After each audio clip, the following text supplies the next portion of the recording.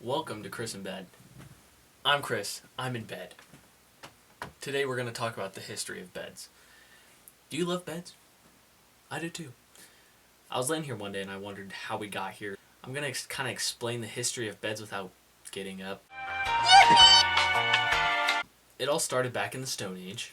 Some hairy Neanderthal, probably named Grug, or what was the guy's name off of the Cruise? Gronk? No, that's Emperor's New Groove. I don't remember. It's Grug. Maybe it's Grug. I don't know. Chris, find the name.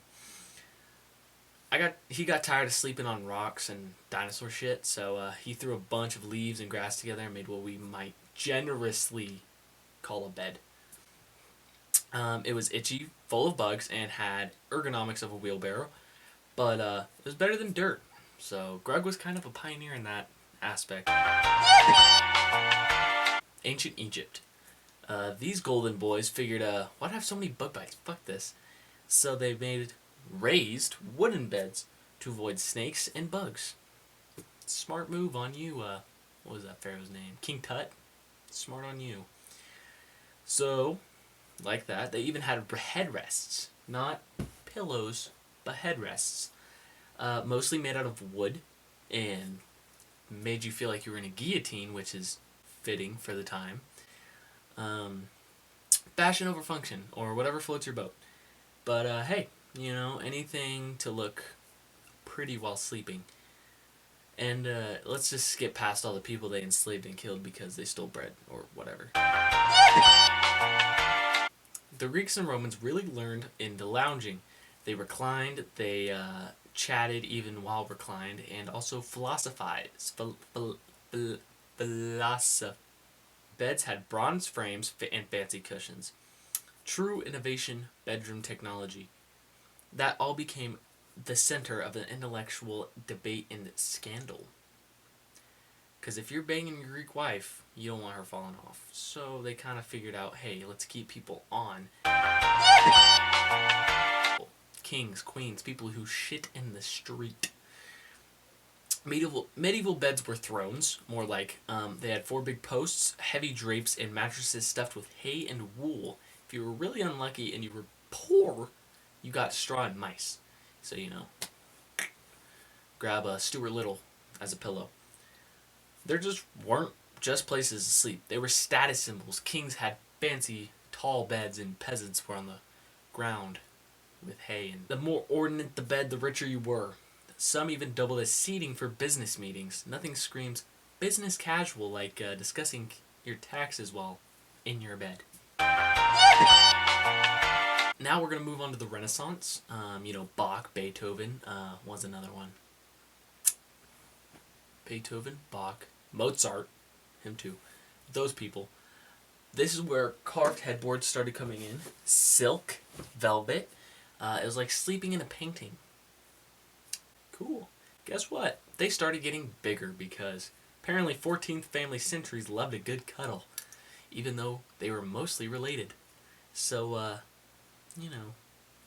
at least have fun and look fabulous while you're cuddling your third cousin. Industrialization.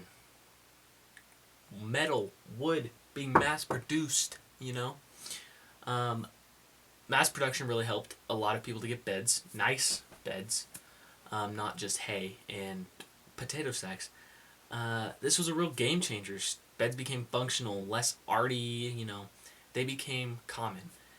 It was real nice. And now, if it wasn't for the industrialization, I probably wouldn't be here currently doing this. So, thanks, Vanderbilt. 20th century and beyond, the bed boom, if I must say. We had memory foam, Tempur-Pedic, waterbeds. I've always wanted a waterbed. It was my biggest dream to have a waterbed and Heelys. I realize that waterbeds are horrible now. They had adjustable bases, and beds are so smart that they can track your heart rate. And if you're still up at 3 a.m., your bed's gonna know. And if you get a heart rate at 1:30, everyone's asleep. You don't think no one's gonna hear you, and your heart starts racing. Your bed's gonna know you're jerking off. So keep that in mind. The government definitely isn't tracking all of our data. I used to do a thing where I'd put pillows all around me, put a blanket, nice little blanket on top. It feels like you're in a little nest. It's really nice. Try it out sometimes. I highly recommend it.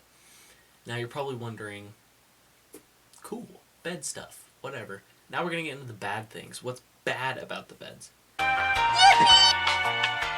Oh. Yeah, it's been a day. Last night my camera died, and I've been spending all day editing, so we're gonna crank out this last part and get this video out, hopefully. I spent a long time editing this, so... Oh, and my focus was being weird in the last part. Sorry about that. Alright, number 3. Sleep issues. Ironically, too much bedtime can wreck your sleep schedule. Your brain starts thinking the bed is for TikTok marathons and existential crises, not rest. Your bed's your sleeping area. Your fun time, playtime, fun area for sleeping. If you're on your phone all the time, you're going to convince yourself that your bed is your living room and not a place to sleep. It's a place to watch TV or be on your phone. Muscle atrophy. Your legs are basically on early retirement. At some point, you'll stand up and your thighs will go, we're not going to work anymore. Mental health is a big player on bed rotting. Too much isolation in bed can feed depression and anxiety. You start blending dreams with doom scrolling and forgetting what sunlight feels like. Speaking of which, it was bright out. Productivity, out the window, gone. Your to-do list is a pillow now. You'll tell yourself, I'll work from bed, and 6 hours later, you're still watching YouTube. A crumb buildup, which I actually have. Snacks in bed, sure, but there comes a point where your sheet feels like a gravel driveway. Not that far off. In short, beds are magical, but we use them responsibly.